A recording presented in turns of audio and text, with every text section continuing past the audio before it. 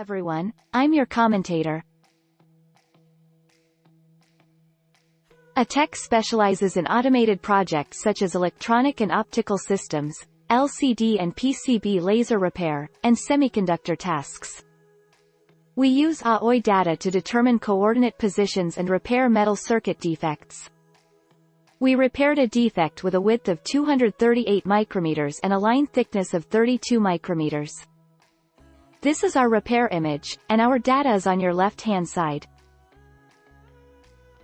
Here are our product specifications. Both systems help repair metal circuit defects on PCBs precisely.